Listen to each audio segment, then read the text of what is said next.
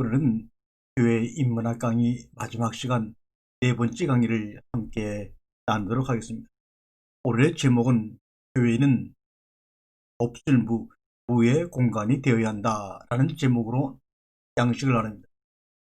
교회는 이런 말입니다. 이 무는 한문에 없을 무자를 제가 지금 쓰고 있습니다. 교회는 없을 무의 공간이 되어야 한다.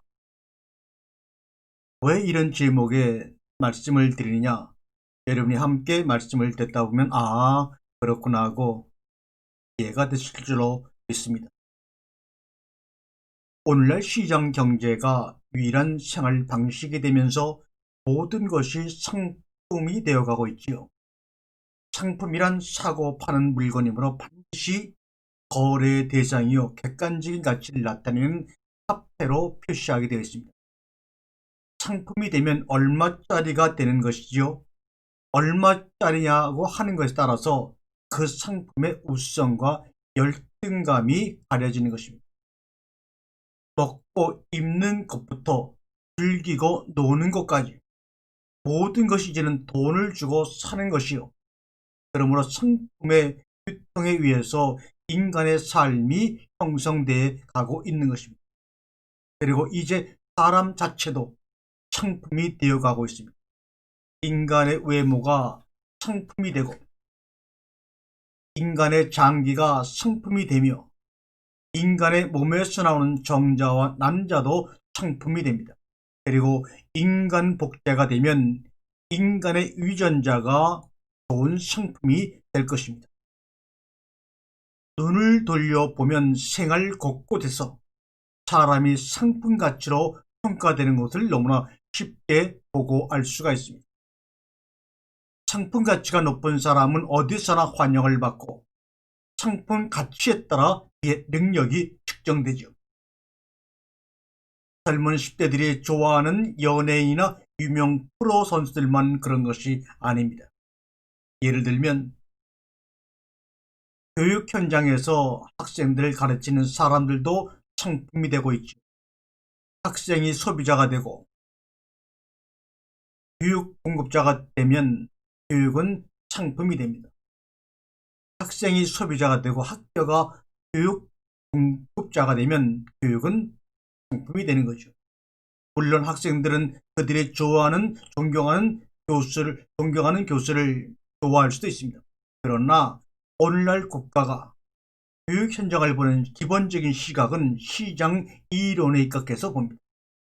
그렇게 되면 교수 학생은 과거의 스승과 제자의 관계라고 하기보다는 공급자와 소비자의 관계로 서로 마주하게 되어 있죠. 학생들은 돈을 내고 교육이라는 상품을 사게 됩니다. 그러한 교육시장에서 가르치는 교수 역시 돈을 받고 교육이라는 상품을 파는 공급자가 되는 것입니다. 거기는 존경과 사랑이라는 관계는 다 허물어지고 맙니다.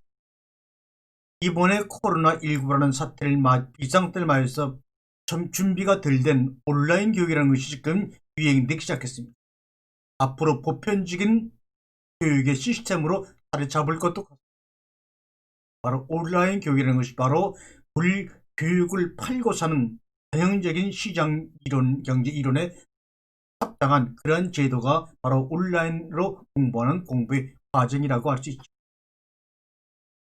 상품이 되어서는 절대로 안 될 것 같은 교육 현장도 그렇게 되고 있고 병자를 돌보는 의료기관도 그렇게 되어 있습니다. 병원에 오는 환자는 병원의 수입을 늘리기 위한 돈벌이 수단이 되기가 십상입니다. 의사들은 영업실적을 올려야 하고 따라서 환자 처지에서 그들을 돌보는 것은 기대하기가 어려운 일입니다. 교육이나 진료는 여러 가지 직업 가운데 가장 목회와 비슷한 직업이고 일입니다. 약자를 돌보고 치유하는 것이며 성장하도록 돕는 것이 교육의 현장이요 진료의 현장이요 목회 현장입니다. 그런 곳이 시장 질서에 편입이 된다고 하는 것은 삶의 현장 전체에서 사람이 돈벌이 수단이 되고 있다는 확실한 증거입니다. 거기에는 사람이 목적이 되지 아니하고 수단으로 활용될 뿐입니다.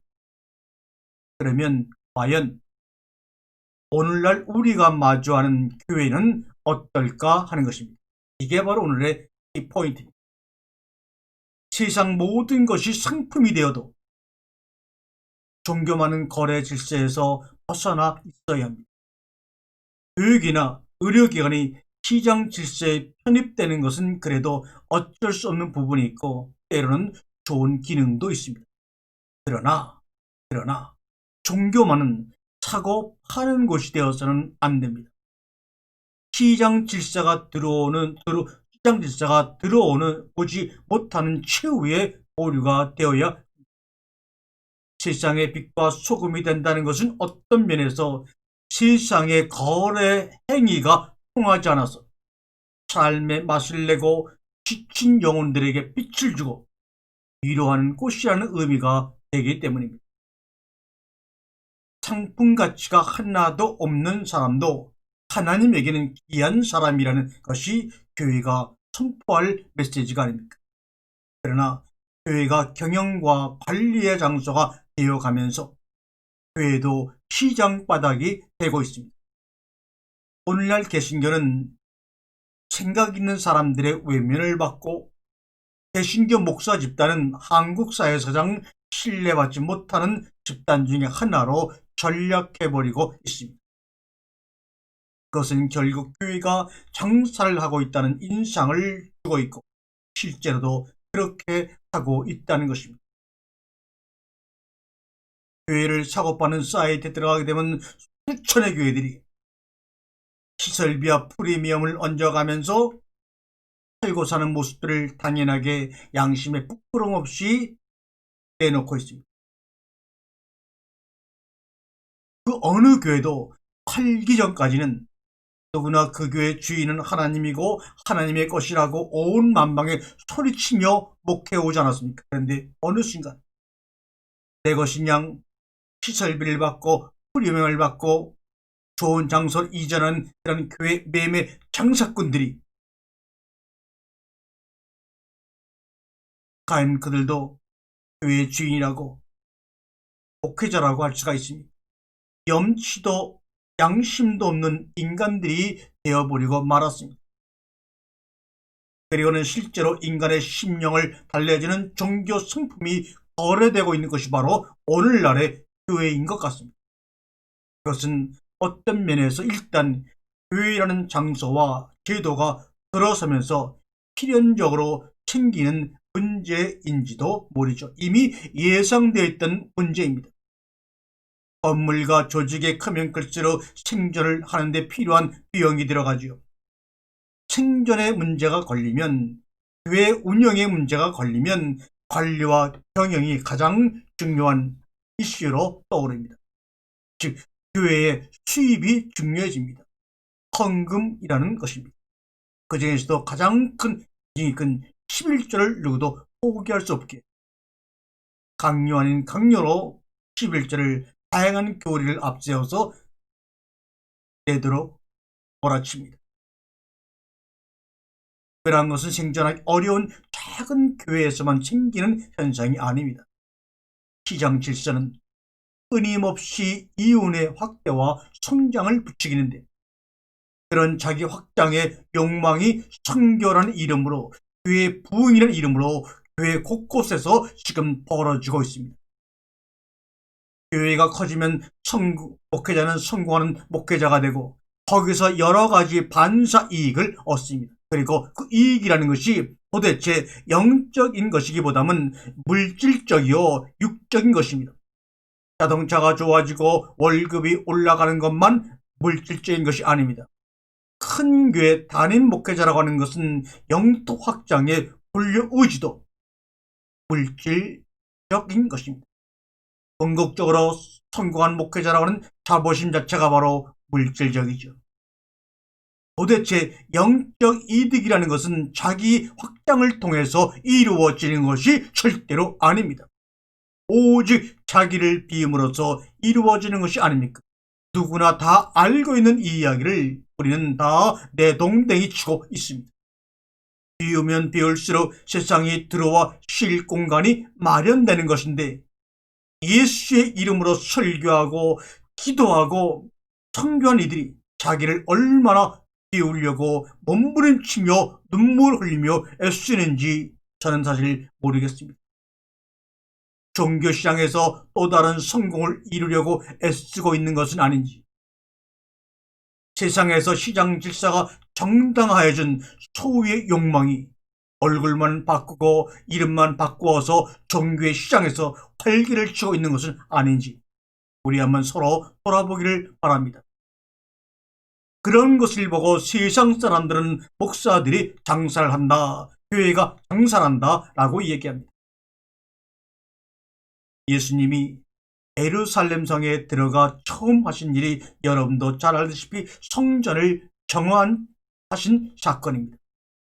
그것은 기도하는 집이 장사하는 집으로 바뀌었기 때문이라고 성서는 기록하고 있습니다. 마가복음 11장 10절에 내 아버지의 집으로 장사하는 집을 만들지 말라. 요한복음 2장 16절의 말씀입니다. 내 집은 만민이 기도하는 집이라 칭함을 받으리라고 하지 않았느냐. 그런데 너희는 그곳을 강도의 초굴로 만들어버렸다고 마가복음 11장 17절에 말씀하고 있습니다. 당시에 그렇게 고백받았, 그렇게 책망을 받았던 예루살렘 성전에서 예배가 안 드려졌던 것이 아닙니다. 날마다 거룩하다고 하는 예배가 드려지고 있던 그 장소입니다. 거룩한 제사가 치러지고 제물이 바쳐지고 향단에 불이 펴지고 열심히 기도가 이루어지고 있던 당시 성전을 예수님은 시장 바닥의 장사치의 마당으로 보고 책망하며 성전을 휘두어 모든 장사꾼들을 내어 쫓고 말았습니다. 그로 인해 예수님은 십자가의 처형이라는 한 발짝 한 발짝 길로 다가서고 있었던 것입니다. 신성을 모독했다는 죄명으로 말이에요. 오늘날 역시 기도 소리가 우렁찬 교회들이 기도하는 집이 아니라 장사하는 집이 아닌가 그 말입니다. 예수의 이름으로 우렁차게 기도함으로 말미암아 하나님과 거래하겠다고 하는 그 욕망의 더러운 냄새가 나는 것이 아닌지요. 하나님과 사람 사이에 그리고 목사와 성도 사이에 욕망의 거래가 이루어지고 있는 것은 아닌지요. 원래 기도하는 집과 장사하는 집은 정반대여야 할 것입니다. 이 세상을 살아가는 데는 장사와 사업이 필요하고, 오늘날 국가 발전에 기업이 늘린 이윤이 매우 큰 기여를 합니다. 그러나 교회만은 장사하는 곳이 안 된다는 것이 성서의 이야기입니다. 종교만 시장경제 이론의 영역에서 멀어져 있어야 합니다. 소유의 구조 속에 엉켜있는 세상에 그나마 피난처를 얻고 고달픈 인생들의 생명을 얻고 세상에 좀 새로워질 수 있는 가능성이 생기도록 함께하는 것이 교회입니다. 세상은 소유의 욕망으로 꽉 차 있지만 교회는 비어 있어야 합니다. 교회인 없는 교회가 되어야 한다는 말씀을 드리는 것이 아닙니다.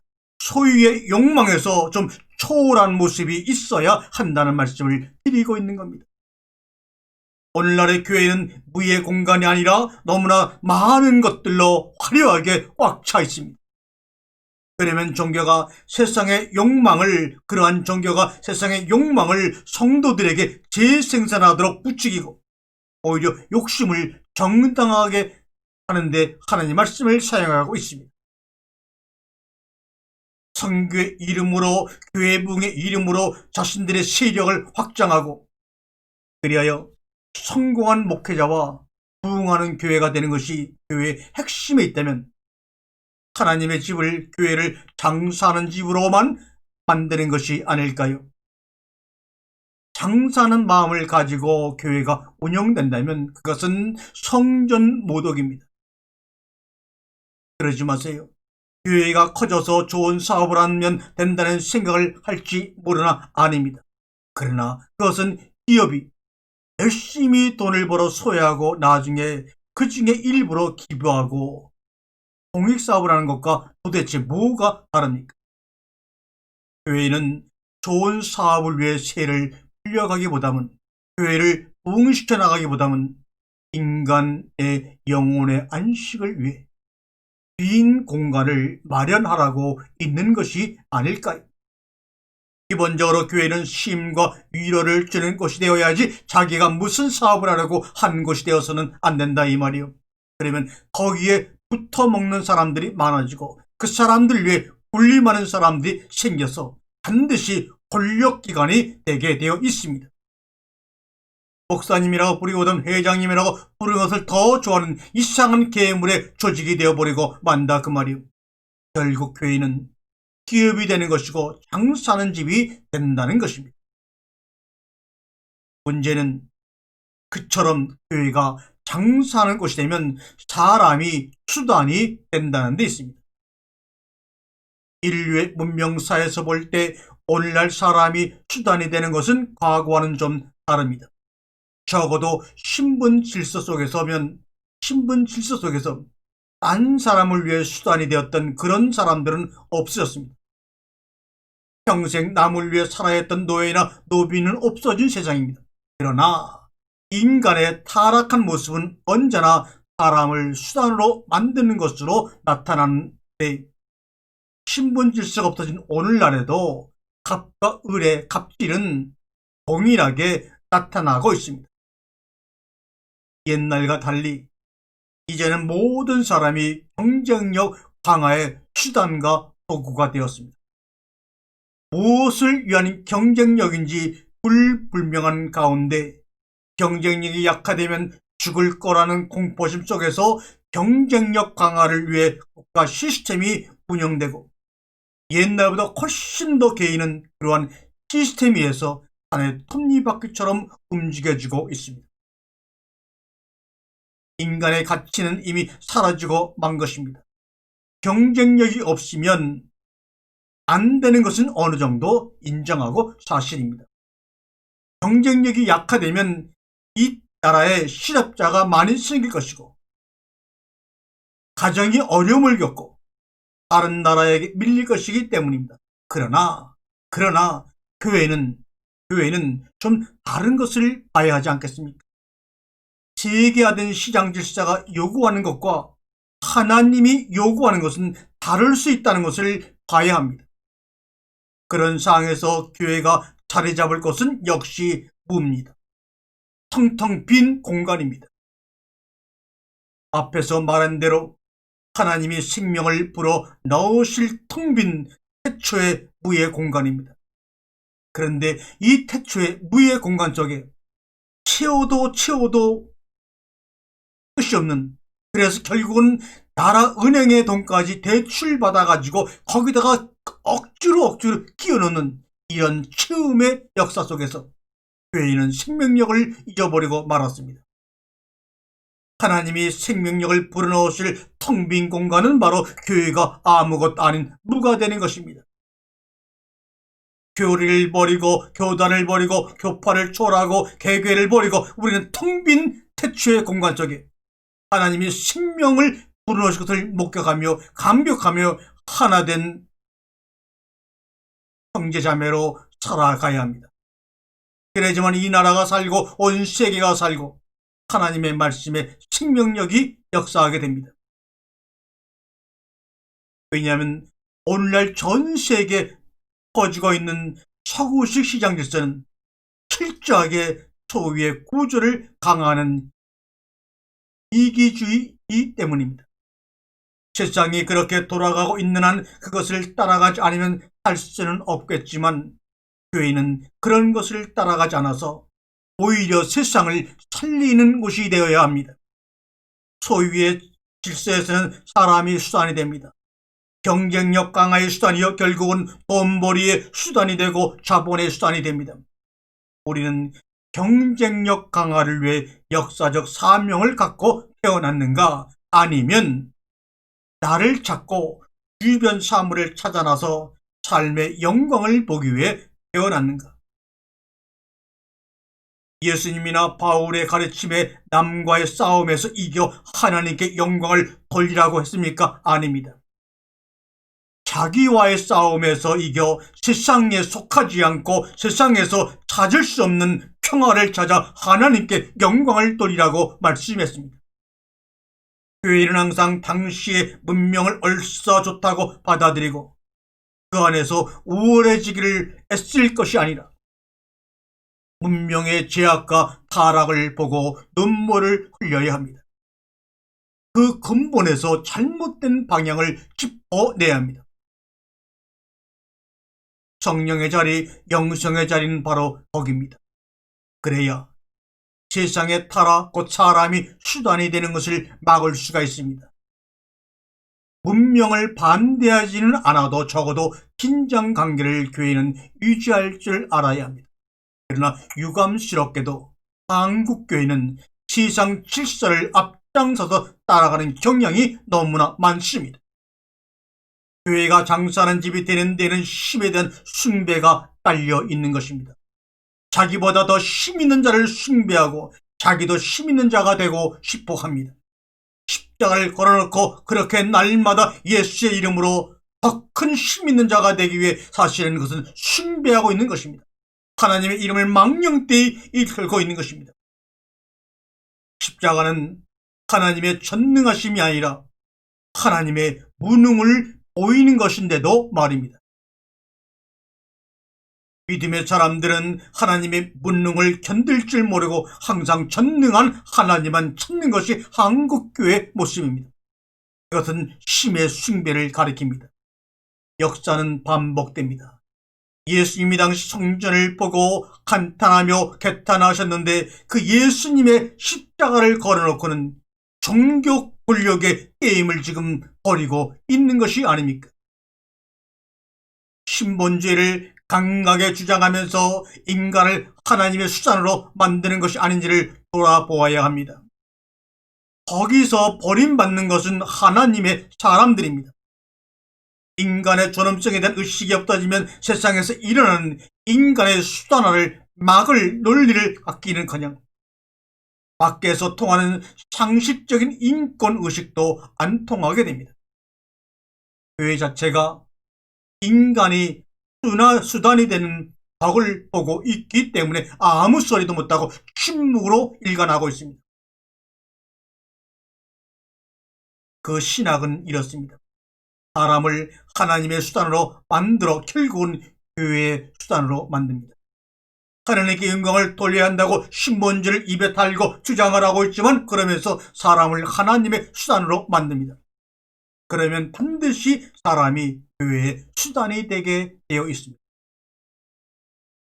바로 이러한 상황 속에서 오늘 교회와 인문학이라는 마지막 강의를 진행하면서 인본주의의 견제가 없다면 또는 인본주의와 변증법적인 관계를 용인하지 않는다면 교회가 좋아하는 이른바 신본주의라는 인간을 목적이 하는 수단으로 전락시키는 주의가 될 수가 있다는 것입니다. 사람은 교회의 수단이 될 수 없음은 물론이고 하나님의 수단도 될 수 없습니다. 정수의 하나님은 사람이 하나님의 수단이 되는 것을 진정 원하실까요? 그렇다면 십자가의 하나님은 어떻게 되는 것일까요?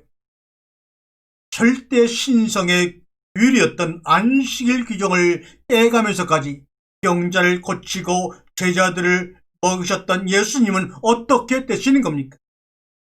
십자가의 사건은 바울에 의해 대속적인 사건으로 해석되었는데 그렇다면 아들 하나님이 사람을 위해 죽은 것이 아닙니까? 무엇을 위해 죽는다는 것은 그것을 목적으로 삼았음을 뜻하는 거죠. 그렇다면 분명 사람은 하나님의 목적입니다. 교회의 수단도 아니고 사람의 수단도 아니고 하나님의 수단도 아닌 하나님의 관계요 하나님의 유일한 목적입니다. 그런데 어떻게 사람을 하나님의 수단으로 만드는가 이 말이요. 우리나라 교회에서 인본주의라는 얘기를 하면 매우 싫어하지만 그 결과는 인간의 수단으로 끝나고 말았습니다. 교회의 타락으로 끝나버리고 말았습니다. 신본주의는 교회를 위해서는 좋지만 사람을 위해서는 나쁜 주의입니다. 하나님의 아들 예수는 교회와 사람 중에 누구를 위해 죽으셨나요? 실제로 인본주의를 그토록 싫어하는 설교자들의 생각 속에는 신본주의라기보다는 교회주의가 들어 있습니다.